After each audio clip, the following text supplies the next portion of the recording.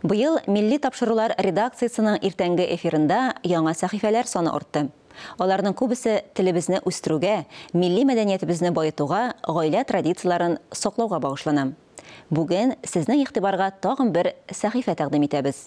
Дөресләү дәресләре язуда һәм сөйләмдә еш очрый торган хаталарны төзәтү, кайбер онытылган кагыйдәләрне кабатлау, аларны мисаллар белән аңлату рәвешендә оештырылган.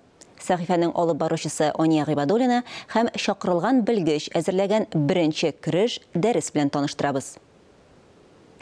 Исәнмесез, хөрмәтле телевизор караучылар. Туган телебездә даими аралашып торуга да карамастан, сөйләшкәндә һәм язганда еш кына икеләнергә туры килә. Хаталанмаска, телебезне бай һәм саф килеш сакларга теләүчеләр өчен без дөресләү дәресләрен башлап җибәрәбез.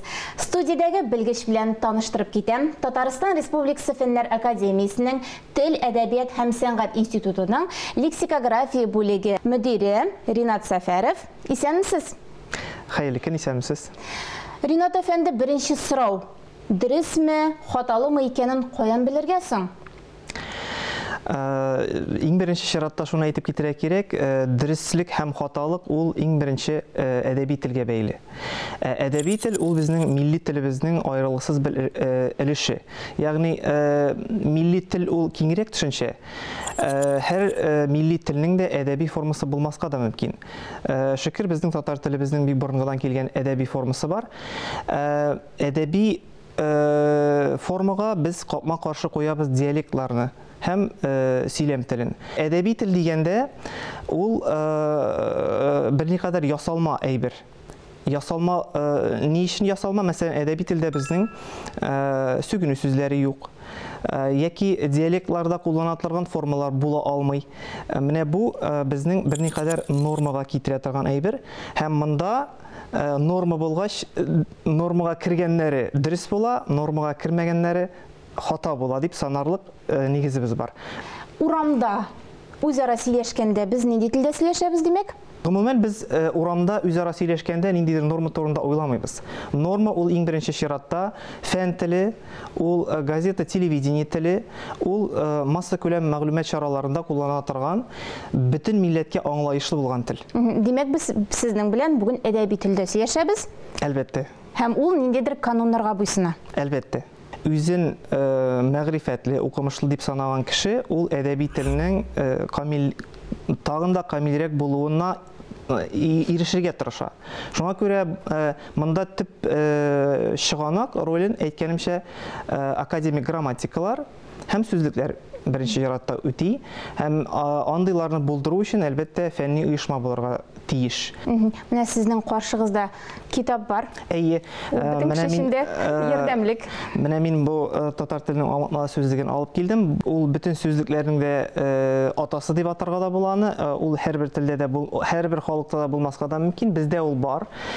Татар теленең аңлатмалы сүзлегенә әдәби телебезгә кергән барлык сүзләр дә урнаштырыла. Ягъни берникадәр ул шул әдәби телебезнең шикләрен күрсәтә торган сүзлек. Кагаз форматындагы китап кына түгел бит әле, сез интернет ресурсларда эшләгәнсез, әйеме? Бу институтның бик зур хезмәте инде. Һәм шул бер кеше дә әйтә алмый, миндә сүзлек юк дип, бөтен кешедә интернет бар, һәм аны ачып, шушы сылтама аша кирип карап була үзеңә кирәкле бөтен әйберне. Шулай. Ни кызганыч, безнең сүзлекләребездә, башка хезмәтләребездә бик шикле күләмдә генә басыла. Һәм күпчелеге чиракта аларны сатырга да сату каралмаган. Менә халыкка ирештерү чарасы буларак без аларның һәрберсен, һәрбер китабыбызны, һәрбер сүзлегебезне без интернетка урнаштыра барабыз.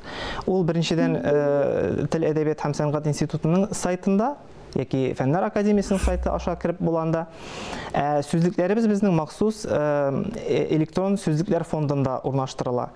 Анда чыннан да аңлатмалы сүзлек тә бар, анда тәрҗемәле сүзлекләр дә бар, һәм ортологик дип атала торган сүзлекләр дә бар. Ортология ул безнең нәкъ шул нормалар белән шөгыльләнә инде. Әйтелеш нормалары безнең орфоэпик сүзлектә урын таба, һәм язылыш нормалары орфографик сүзлектә урын таба. Һәм орфографик сүзлекнең менә үзенчәлекле бер төре безнең күптән түгел генә табадан төште. Ул баш хәрефтәнме, юл хәрефтәнме дип атала торган сүзлек. Менә бу да язу белән язып, телне язма формасында кулланучыларга бик файдалы. Төр организм шикелле үзгәреп торгачтан сүзлек байлыгыбыз, лексикабыз. Нинди мисаллар китерә аласыз?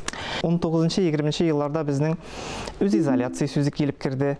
Ул инде безнең сүзлектә хәзер урын алды. Мисаллардан җәзбә сүзе исемә төште. Менә хәзер мисал өчен хәзер кахва кайнатучылар, кахва эчүчеләр бик күп. Менә бу аны кайната торган савытның нәрсә икәнен татарчасын белүчеләр аз булып чыкты. Менә ул сүзләр керде.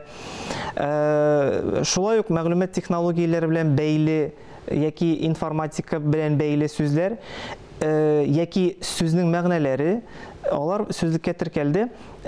Шул ук тышкан, компьютер тышкан турында сүз бара. Алар элек юк иде, элек сүзлекләрдә.